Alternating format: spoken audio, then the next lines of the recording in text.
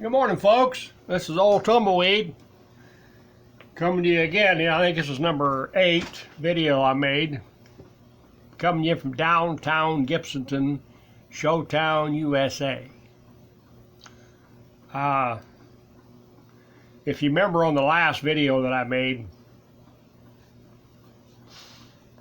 kind of told you about Marianne and everything, and I'm going to kind of wrap this one up for the Marianne. But before I go on that subject, I'm going to bring a couple more. I told you that I washed dishes there for 2.5 years. 2.5 years. And I watched them boys got beat down there at the White House. And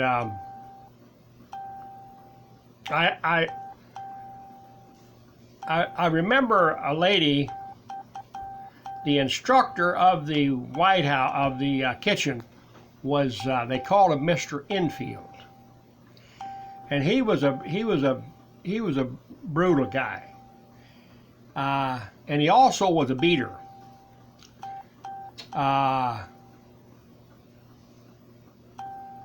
He had a real nice, lovely wife. She was about 5'4", and her name was Mrs. Enfield because we didn't know what their first names were.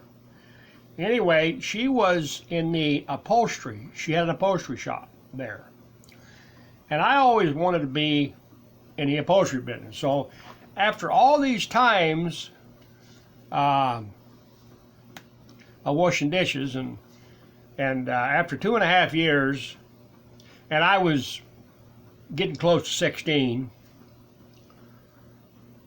Usually at 16, you're out of there. 17, you're out of there. So I asked to be transferred over to Mrs. Enfield's upholstery shop. Now, I'd heard a rumor that she was a real nice lady. But she turned out to be a lovely lady. She turned out to be from a husband that was a real brutal bastard, mean man, very, very brutal. And go from there to the upholstery shop was just unbelievable. Now, there was only about 5 of us in the upholstery shop. And they had just built a brand new canteen. And next to the they had a canteen with a barber shop, and where you could go in and buy candy bars and stuff. And then next to that was the this was in 1959. Yeah, this was early 59, maybe late 58, but I don't know. It was early 59. You go in there, you could buy candy bars and stuff. So anyway, I learned how to sew on a sewing machine, on a Singer sewing machine. And I learned, and that's something that I have used my whole entire life. So that stay in Marianne was a positive thing for me. Excuse me. I come out, I didn't use that skill till I was, later on in life, till I realized that I could sew. But I sewed the whole time I was in there. So now in my life, if my wife needs something sewed, I got a sewing machine. I've had a sewing machine my whole life. If I go somewhere in my motorhome, in the possibility of my motorhome, I got a sewing machine. When I was on the carnival business, which I will get to another story, which was really a great story about the carnival, I carried a sewing machine. So, I sew my own breeches, I sew patches, I sew anything that can be sewed, I can sew it. So anyway, one thing I did not sew, though, I did not sew any mask for this China virus that we're in. I really don't like to sew masks, so I didn't make any masks like everybody. I could have. I probably could have made them by the hundreds, but I didn't do that, though. I use my sewing machine sort of like a welder. I have a welder that I've had for 40 years, and I use it in emergencies.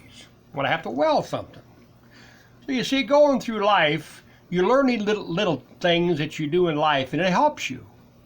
So any young folks out there watching this, you know, you learn stuff in life, and you use it as you get older. And sewing was what I've used. I've used it many, many times to sew different things. So that was a positive thing come out of Mariana. Now, a lot of boys in there, you know, they learned how to paint cars and trucks. They was in a painting department. So anyway, I told you earlier that I had a friend up in Mariana, and I want to say howdy to him today if he's happened to watch him. Greg Bird, how you doing, buddy? I want to say howdy to you. I hope you're doing well. I hope you watch this video. But since we became friends, maybe 3 or 4 years ago, or five years ago, he just kind of really, we become good friends. But the people of Mariana, I want to make this clear before I get out of the subject. The people of Mariana, the new people, matter of fact, just a second, honey, hand me my black hat. I want to make sure that the people of Mariana, I mean, if you're watching this, I don't hold no grudges against you people up there at all. Now, this is the White House boys hat. I don't know if you can see it or not. And that group, we started about 10 years ago. And it's been, we made a lot of friends doing that. So I just kind of want to get out of that Mariana thing. I want to move on. And that's what this particular segment of the video is. My life moved on. I was 16. My mother had moved to Nebraska, a little town called Air, Nebraska. Population 95 at the time. I think it's 110 now. You wouldn't think after 60 years it'd grow, but it didn't. It's about 100. You can check it out. Air, Nebraska, south of Hastings, about 20 miles. Anyway, they moved out there, and they bought an old barn, an old saloon on the main drag. And it was an old saloon. It looked like an old saloon. I mean, it was just a big old building. But anyway, when I left Mariana, I had to have somewhere to go. So I guess by letter writing or whatever, they contacted my mother, and she said, yes, let him come out here.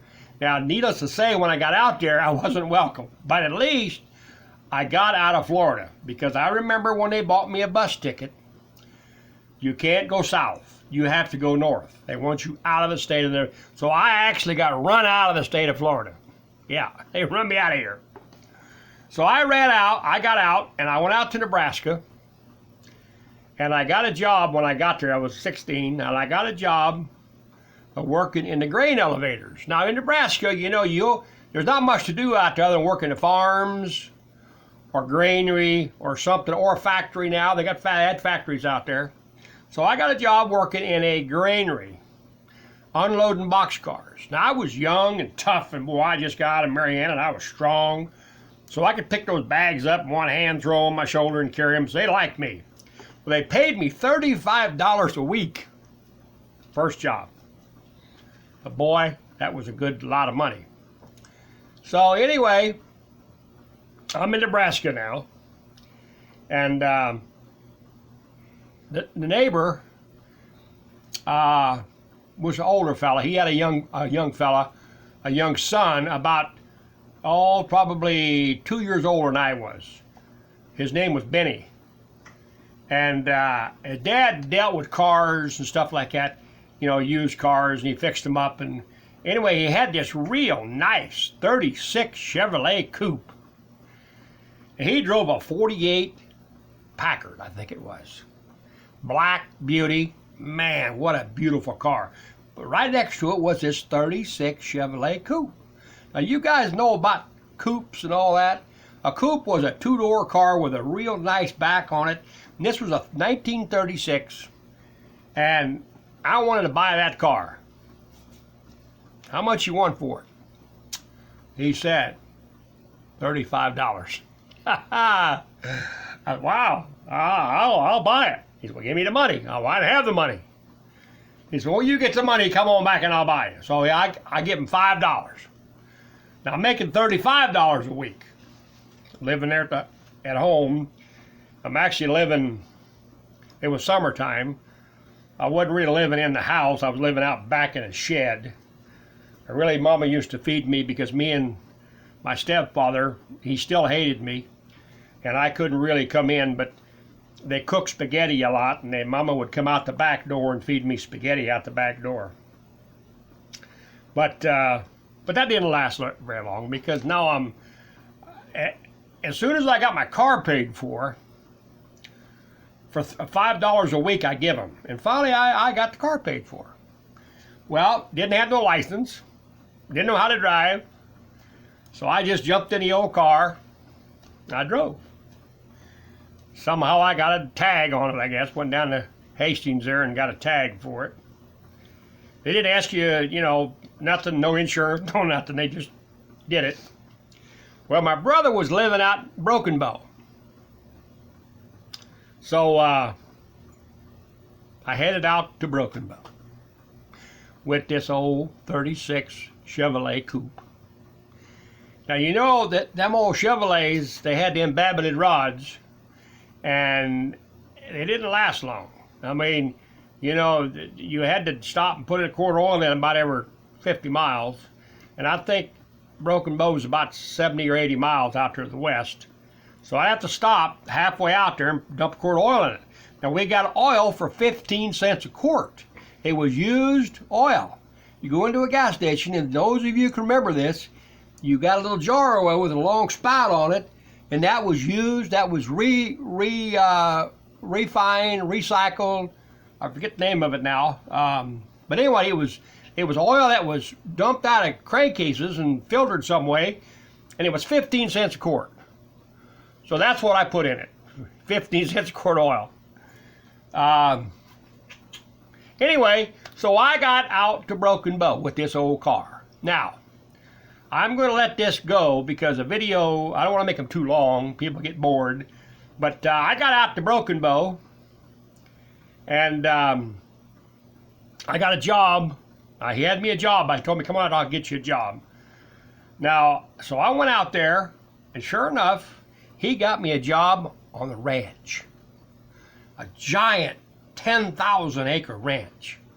Wow, what an opportunity for a young boy that didn't know nothing about life to get a job on a ranch in the middle of the sand hills in Custer County, Nebraska. Man, what an opportunity. Now that's what our next story will be about.